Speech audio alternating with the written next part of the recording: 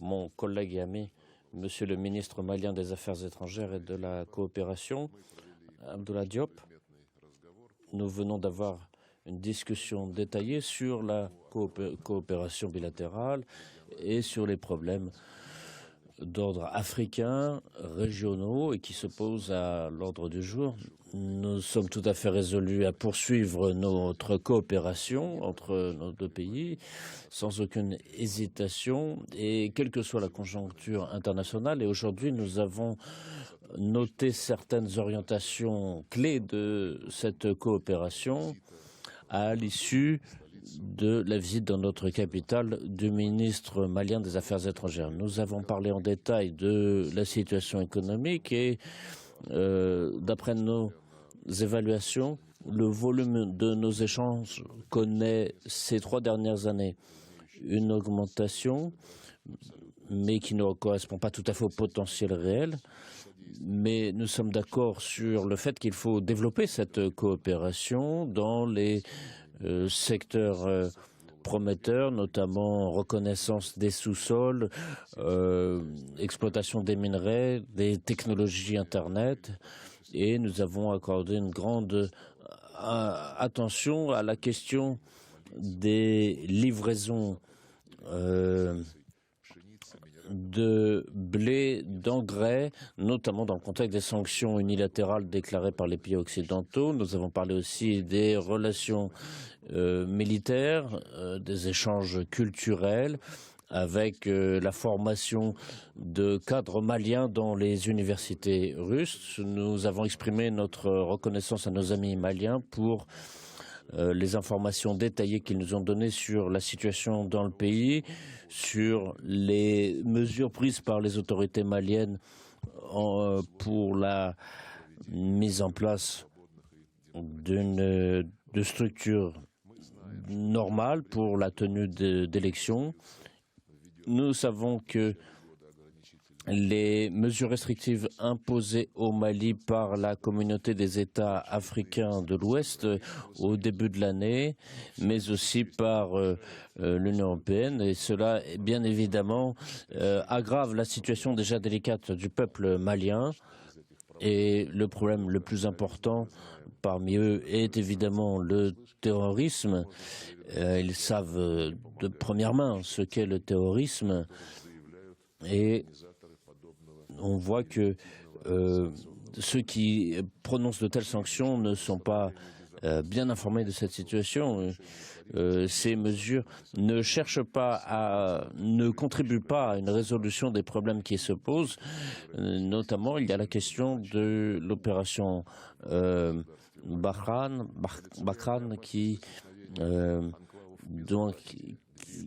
puisqu'on voit aujourd'hui l'apparition d'enclaves sans pouvoir avec différents groupements armés qui opèrent sur le territoire et qui se servent de cela pour présenter une menace à l'intégrité du pays. Et nous l'avons dit à plusieurs reprises à nos collègues français. Il y a le mécontentement des autorités maliennes à prendre ici et il faut éviter toute ingérence de type colonial de la part de la France. En tant que membre permanent du Conseil de sécurité de l'ONU, la Russie est toujours prête à apporter sa contribution dans le développement du Mali, aider à la formation des troupes de l'armée malienne. Sur les sujets régionaux, nous avons un échange régulier d'opinions, notamment sur la zone du Sahel. Nous échangeons aussi avec le Burkina Faso, le Tchad, la Libye, la Guinée. Et encore une fois, le règlement des problèmes internes à l'Afrique doit se faire par les Africains eux-mêmes. Et la communauté internationale doit, là, leur apporter une aide, et c'est ce que fait la Russie. J'ai remercié nos amis maliens pour leur soutien à la résolution proposée par la Russie lors de la dernière session du Conseil de sécurité de l'ONU. et nous sommes d'accord sur le fait qu'il faut encore renforcer le rôle de l'ONU et des autres plateformes internationales. Cela nous permet de travailler sur, dans le cadre de la formule des amis de la charte de l'ONU qui a été mise en place récemment à New York. Nous avons également parlé aujourd'hui de l'Ukraine, de la situation autour d'elle, notamment lors de la réunion du Conseil de sécurité de l'ONU qui s'est tenue hier. Et encore une fois, on a vu les pays occidentaux à propos de la question de la crise alimentaire autour du blé et des céréales, accuser le malade de tous ces maux. Donc, encore une fois, la crise, on accuse évidemment la Russie de tous les maux, mais nous avons en détail rappelé à nos amis maliens que ce qui s'est passé réellement en Ukraine au cours de toutes ces longues dernières années, ces 8 longues dernières années, où l'Ukraine a refusé d'honorer ses obligations vis-à-vis de l'ONU.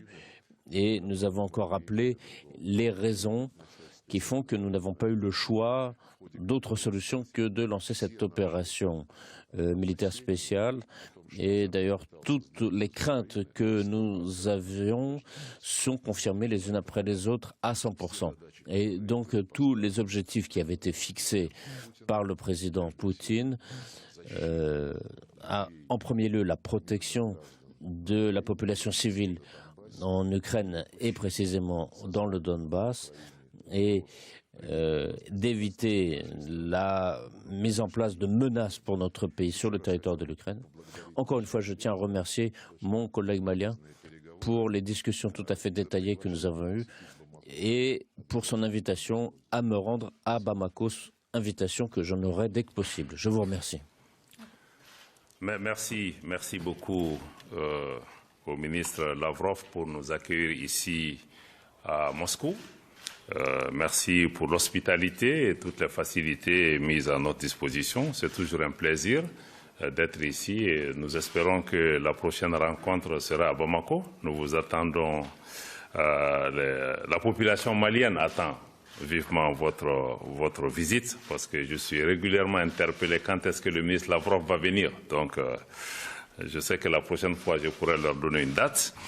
Mais en tout cas, je comprends un peu avec l'agenda dans lequel vous êtes que les choses sont un peu plus compliquées ici. Nous sommes là dans le cadre d'un partenariat privilégié qui existe déjà entre le Mali et la Russie. Nous nous faisons un point de rappeler chaque fois que les gens nous disent que la Russie est un nouvel ami du Mali. Nous expliquons que non. À l'indépendance du Mali, la Russie était les premiers pays, était parmi les premiers pays qui ont commencé à travailler avec nous et depuis cette relation continue, elle est devenue un peu plus tiède un moment, mais je crois que nous avons repris de plus belle cette relation parce qu'elle n'est pas seulement que mercantile, elle est fondée aussi sur des valeurs et des principes que nous partageons au plan international, notamment le respect de la souveraineté des pays, le refus de l'ingérence extérieure et vraiment la nécessité pour les pays de prendre en main leur destin. Je crois que l'ensemble de ces éléments sont là pour renforcer cela. Donc nous sommes là pour, comme je l'ai dit, renforcer notre partenariat bilatéral. Sur le plan sécuritaire, nous avons une coopération militaro-technique et une coopération pour renforcer les capacités des forces de défense et de sécurité du Mali, coopération qui se fait à notre demande à la Fédération de Russie et coopération qui aujourd'hui donne des résultats probants sur le terrain.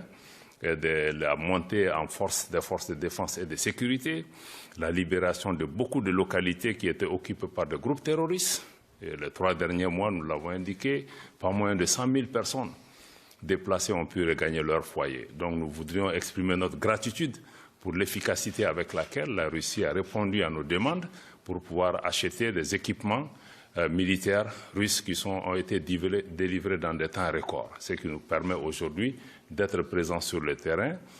L'armée est au front avec une stratégie qui est en train de donner des résultats. Je crois que vraiment cette coopération marche bien et même très bien. Et nous allons poursuivre ce travail en tant que partenaire stratégique sur le plan sécuritaire pour continuer à aider le Mali et à aider à protéger notre population, à assurer aussi l'intégrité du territoire national. Je crois que maintenant, le défi, et pendant cette visite, nous avons échangé, notre objectif principal, c'est à côté de ces piliers sécuritaires, je crois qu'il y a aussi un autre pilier important, c'est vraiment le pilier politique sur lequel nous travaillons. Et je tiens à vous remercier pour l'appui constant qui est apporté au Mali, au plan international, au niveau du Conseil de sécurité des Nations Unies et partout où la Russie peut parler, elle s'est tenue aux côtés du peuple malien pour défendre ses intérêts. Je crois que nous apprécions ça. Donc, aux côtés de ces piliers sécuritaires et politiques, notre ambition et notre objectif, comme vous l'avez souligné, c'est comment renforcer la coopération économique et commerciale, en la diversifiant, en l'ouvrant à nos entreprises pour qu'on puisse travailler ensemble. Aujourd'hui, pour cette visite en particulier, qui intervient dans un contexte géopolitique spécial, particulier, nous sommes venus pour pouvoir regarder un certain nombre de secteurs où nous pouvons travailler ensemble. Nous voulons travailler dans le domaine des infrastructures et nous voulons faire appel aux entreprises, à la technologie russe pour nous aider à reprendre en main les chemins de fer au Mali. Et je crois que nous avons des discussions fructueuses par rapport à cette question. Nous voulons aussi pouvoir trouver les moyens d'assurer un approvisionnement régulier du Mali sur un certain nombre de produits stratégiques, des hydrocarbures, mais aussi des produits de première nécessité pour faire en sorte que ces produits puissent arriver au Mali avec l'aide de l'État russe pour que cela puisse se faire. Et il y a aussi la question des intrants agricoles qui rentrent dedans. Le ministre Lavrov a parlé tout à l'heure de toutes les préoccupations qu'il y a au plan international par rapport à l'augmentation de l'insécurité alimentaire. Pour nous, pays comme le Mali, un des premiers gestes que la communauté internationale doit comprendre, c'est par exemple les engrais. Il faut que ces engrais puissent être libérés, il faut qu'on enlève les entraves au commerce international pour permettre à des pays en difficulté comme le Mali de pouvoir continuer à assurer leur approvisionnement. La question des hydrocarbures est le même problème parce que sans hydrocarbures, l'économie de nos pays ne marchera pas. Donc nous souhaitons vraiment que l'ensemble de ces mesures soient levées. Et encore une fois, chers amis, nous avons discuté de cette question des sanctions de façon générale, en tout cas pour ce qui concerne le problème spécifique de l'Ukraine. Le Mali a indiqué que nous ne souhaitons pas que la solution des problèmes du monde soit basée sur la notion de sanctions. Au moment où je vous parle, le Mali est sous le joug de sanctions économiques et commerciales et d'un embargo illégal, injuste et inhumain qui est imposé à notre pays. On ne peut pas s'attendre que le Mali puisse s'associer à des mesures pour sanctionner d'autres pays parce que nous pensons que ce n'est pas la solution. Parce qu'il y a 5 mois que ces sanctions sont sur le Mali, on n'a pas trouvé de solution. Je ne pense pas qu'ailleurs ça puisse apporter une solution. Nous pensons qu'il faut travailler pour régler nos problèmes par le dialogue, par des discussions politiques, mais aussi faire en sorte qu'aucun pays ne puisse être exclu du système régional ou international où on a besoin d'entendre notre voix pour chercher des solutions. Je crois que c'est valable pour la Russie, c'est valable pour le Mali dans le cadre de la CEDEAO. Nous allons promouvoir le dialogue. Nous pensons que les sanctions et l'exclusion ne constituent pas une solution. Bien au contraire, ça affecte les plus pauvres. Je crois qu'en tant que politique, ceci ne marche pas. Et par rapport à la CEDEAO en particulier, vous avez indiqué, le Mali, sous le leadership du président Goïta, a toujours réitéré son engagement pour un retour à l'ordre constitutionnel. Mais on a toujours voulu que cet ordre constitutionnel soit apaisé et sécurisé. Parce qu'on ne comprend pas assez les difficultés du Mali. Nous avons indiqué que le problème du Mali est un problème extrêmement complexe, qui lui-même a été induit par l'intervention occidentale en Libye, qui a amené le pays à perdre 60% de son territoire national. Donc il y a une crise sécuritaire extrêmement profonde, il y a d'autres crises politiques qui se sont ajoutées, et notre souci, c'est avant les élections, comment créer les conditions sécuritaire pour la tenue d'élections et comment tenir un certain nombre de réformes. Donc le dialogue qui est en cours avec la CEDEAO s'inscrit dans ce cadre. Et je crois que ce dialogue-là est maintenu. Il y a des avancées. Nos positions se sont rapprochées. Nous espérons qu'un compromis pourra se faire sur la base des 24 mois de transition que le gouvernement du Mali a proposé. Et nous pensons que c'est une base réaliste et raisonnable pour aujourd'hui mettre cette question derrière nous et pouvoir avancer sur l'ensemble de ces questions-là. Et nous voudrions vraiment pouvoir regarder l'ensemble de ces questions. Et je crois aussi que le ministre Lavrov l'a indiqué, que ce soit notre engagement au niveau de la CEDEAO, comme au niveau de l'Union africaine, il faut toujours privilégier les solutions africaines.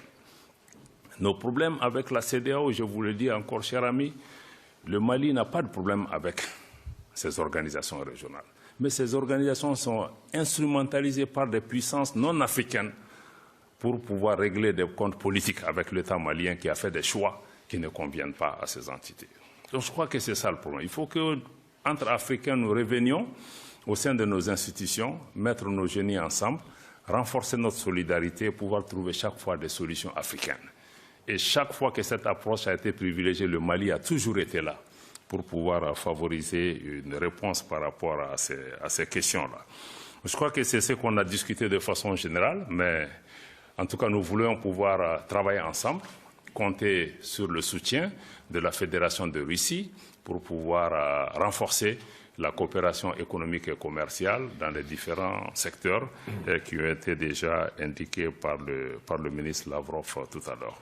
Voilà, je me tiens à votre disposition pour répondre aux questions. Encore une fois, merci.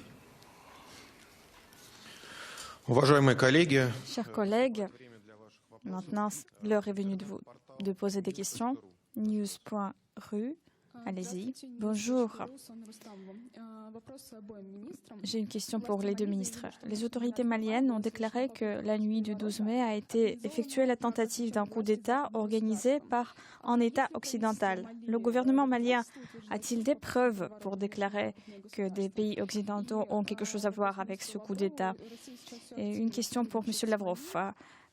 La Russie coopère activement avec le Mali et d'autres pays qui sont traditionnellement influencés par la France. Dans ces circonstances-là, y a-t-il un risque qu'une confrontation entre le Mali et la Russie devienne plus importante? Est-ce que Moscou a l'intention de se mettre d'accord avec Paris sur la coopération dans ces pays? Oui, je peux répondre à ça. Madame, vous savez, l'annonce de cette tentative de coup d'État n'est pas surprenante. Vous savez que depuis quelques mois, il y a des tentatives de déstabilisation de l'État malien sous diverses formes. D'abord, on a voulu utiliser les organisations régionales, comme je l'ai indiqué, en janvier, quand l'État malien a été sanctionné par un embargo économique et commercial. Beaucoup avaient à l'esprit de faire tomber le gouvernement. Parce que l'analyse un peu partout, c'est de dire qu'en 2 semaines de sanctions et d'embargo, la population va se soulever et le gouvernement va tomber. Ça ne s'est pas réalisé. Après ça, je crois qu'il y a eu plusieurs tentatives. On a essayé d'inventer des charniers dans certaines localités du Mali. On a essayé d'aller mettre en difficulté le Mali avec certains voisins comme la Mauritanie, qui a refusé de fermer ses frontières pour l'amener à fermer ses frontières en disant que les militaires maliens, avec l'aide de certains partenaires, ont tué des gens. Je crois que ça devient dans un environnement où chaque jour, il y a des tentatives pour nous mettre en difficulté parce que le seul problème que nous avons, c'est que les Maliens ont décidé de prendre leur destin en main. Ils ont décidé de gérer leur pays conformément à leur vision. Et bon, je crois que certains partenaires n'ont pas encore réalisé que les choses ont changé. Donc, il y a plusieurs tentatives pour changer le régime, parce que tout ce qui est en cours maintenant, je crois que c'est pour pouvoir arriver à changer le régime, soit sur le plan institutionnel, soit par d'autres manœuvres, malheureusement par des pays ou des entités qui eux-mêmes prétendent défendre la démocratie. Je crois que ce qui s'est passé, vous avez écouté le communiqué du gouvernement, quelques heures après, il y a une poignée d'officiers et de sous-officiers qui ont été arrêtés. Une enquête a été ouverte, des auditions sont en cours et les éléments tendent à faire comprendre qu'il y a une puissance étrangère qui a soutenu cette opération. Mais attendons les résultats de cela. Mais nous ne sommes pas du tout surpris par rapport à cela, parce que je suis certain que ce soit ce coup-ci ou d'autres, il y a plusieurs formes de déstabilisation qui sont en cours. Mais pour nous, le plus important, c'est le soutien du peuple malien. Malgré les sanctions, les Maliens restent unis, les Maliens restent calmes et les Maliens partagent aujourd'hui la vision des autorités qui est celle de l'autonomie de notre pays, celle de la souveraineté de notre pays et celle de notre capacité à pouvoir défendre notre intégrité territoriale. Mais le Mali reste ouvert à tous les partenaires qui respectent ces principes. Nous ne sommes pas fermés aux différents partenariats. Je suis tout à fait d'accord avec ce qu'a dit mon collègue dans la mesure où la question a été formulée en lien avec les relations entre la Russie, le Mali et la France. Et je voudrais ajouter ce qui suit. Nous comprenons bien, mais nous ne sympathisons pas avec les tentatives de la France et d'autres pays de l'Union européenne de prétendre un rôle dominant dans telle ou telle région du monde, y compris l'Europe d'ailleurs, parce que quand la Russie avait développé de bonnes relations, elle continue de le faire avec la Serbie, la Bosnie-Herzégovine et d'autres pays des Balkans occidentaux. Déjà à l'époque, l'ancien représentant de l'Union européenne pour la politique extérieure, Federica Mogherini, avait dit de façon assez impérative que l'Union européenne est préoccupée par l'influence de la Russie parce que les Balkans de l'Ouest, c'est le territoire de l'Europe. Et l'an dernier, j'étais à la session de l'Assemblée générale de l'ONU à New York. J'ai eu un entretien avec Jean-Yves Le Drian, mais aussi M. Borrell, actuel représentant de l'UE. Les deux m'avaient dit sur un ton assez tendu leur préoccupation sur le fait que la Russie développe des relations avec l'Afrique et concrètement avec le Mali. Ils avaient exprimé leur position de façon sur un ton assez colonial. L'Afrique, c'est la zone de responsabilité, c'est la zone d'influence, c'est la zone d'intérêt de l'Union européenne. Et évidemment, je ne peux pas accepter de tels arguments. C'est du colonialisme à l'état pur, du néocolonialisme. Ce sont ces vieilles habitudes qui ont mené l'Afrique à l'état pénible dans lequel elle était à cette époque-là. Et ces échos du colonialisme passé se font entendre aussi sous la forme des frontières qui ont été dessinées entre les pays africains sans aucun facteur explicatif, si ce n'est des partages coloniaux. Et ce sont des problèmes que ressentent nos amis africains actuels. Donc j'ai rejeté ces réclamations. J'ai rappelé notre partenariat avec l'Union européenne et j'ai dit que eux-mêmes, quand ils parlent par exemple de territoires qui sont autour de la Russie, c'est à eux. Ils disent eux-mêmes que ces territoires appartiennent à l'UE et ils écrivent des stratégies, par exemple la stratégie arctique, la stratégie sur l'Asie centrale, et ensuite ils commencent à imposer ces stratégies, à proposer ces stratégies aux pays concernés. Je ne sais pas à quel point les pays de l'Union européenne ont pratiqué l'ingérence en Ukraine durant toutes ces années. Nous n'avons pas formulé de réclamations sur leurs affaires qu'ils menaient tout à fait librement sous les yeux de la Fédération de Russie. Donc ces deux poids, deux mesures, c'est tout à fait affligeant, que ce soit nos collègues français ou d'autres pays. Nous sommes prêts à parler de tous les sujets, mais à condition que nous le fassions de façon cultivée sur la base du respect des intérêts mutuels et surtout dans le respect de toutes les régions, de tous les pays, qu'il s'agisse, ici en l'occurrence le Mali, qu'ils aient le droit de choisir leurs partenaires tels qu'ils le veulent sans que cela ne leur soit dicté. Or, la France veut dicter au Mali avec qui il peut parler ou pas. C'est inadmissible et cela n'embellit pas la République française et cela n'embellit pas les manières françaises. La chaîne malienne ORTM. Ma question s'adresse aux deux ministres. D'abord, la première question s'adresse au ministre russe des Affaires étrangères. Le Mali est venu avec des demandes très précises. C'est pour s'approvisionner en produits en hydrocarbures, comme le ministre vient de le dire. Est-ce que la Russie est prête à fournir ces produits au Mali? Ça, c'est une question qui s'adresse au ministre Lavrov. Le ministre malien, vous êtes venu avec des demandes. Est-ce que vous retournez satisfait de cette mission? Merci. Nous avons déjà dit que l'attention principale dans le cadre de la visite de M. le ministre était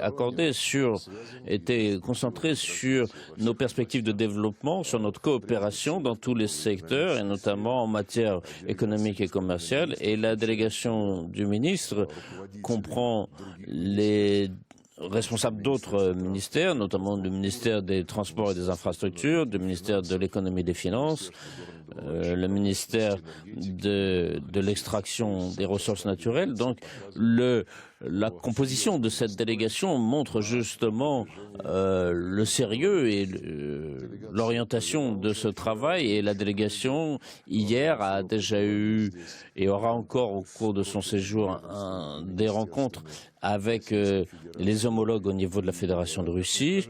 Et il me semble que les résultats sont déjà perceptibles. Nous allons mettre en œuvre ces accords dans le cadre de l'action du ministère des Affaires étrangères en tant que coordinateur. Et donc, nous opérons aussi avec les autres pays. Nous le faisons avec le Mali. Et donc, ces discussions ont porté sur les questions que vous avez mentionnées, les livraisons de blé, d'engrais, de produits pétroliers. Et toutes ces questions sont traitées, comme je l'ai dit, gérées par les services de l'État qui sont concernés et qui sont validés au niveau du gouvernement de la Fédération de Russie. Merci pour la question. Je peux commencer par dire d'abord que la Russie a toujours été un partenaire sûr pour le Mali et que nous avons déjà une coopération en cours, comme je l'ai indiqué, sur le plan sécuritaire, qui s'exécute bien et que le Mali honore tous ses engagements dans ce cadre-là. Et le partenaire russe est satisfait de cela. Et c'est dans ce contexte-là aussi que nous sommes venus cette fois-ci pour pouvoir demander d'aider à faire assurer l'approvisionnement régulier du Mali. Nous partons rassurés.